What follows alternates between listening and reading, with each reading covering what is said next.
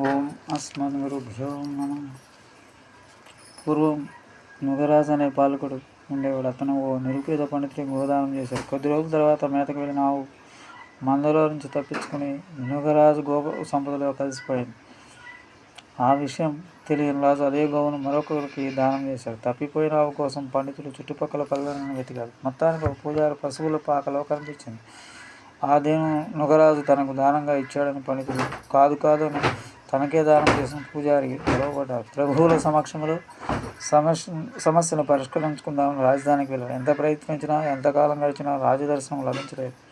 దీంతో ఇద్దరికి కోపం వచ్చింది. ఆ ఆవును మూడో వ్యక్తికి దానం ఇచ్చేసి ప్రజలకు అందుబాటులో లేని పాలకుడే కాడు, తొండతో సమానం, ఇక నుంచి నీది తొండ బతికే అని నుగరాజుకు శాపం పెట్టి సుగ్రమాలకు బయలుదేరి.